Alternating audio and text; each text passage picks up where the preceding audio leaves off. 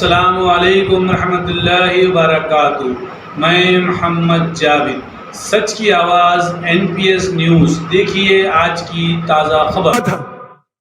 मैं उस वक्त गुजरात का गृह मंत्री था, वसुंधरा जी यहां थी, सबको पकड़ा।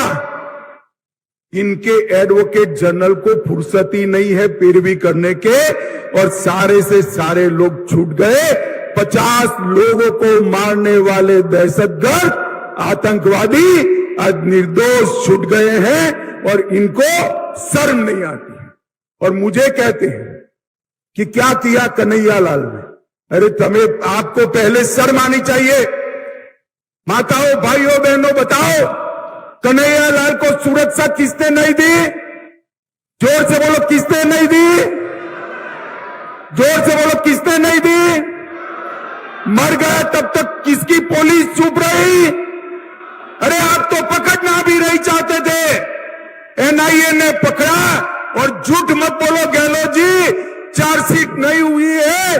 मैं डंके की चोट पर कहता हूं, 22 दिसंबर 2022 को चार्जशीट हो चुका है। स्पेशल कोर्ट बनाने का काम आपका है, जिससे जल्द सजा दी जाए।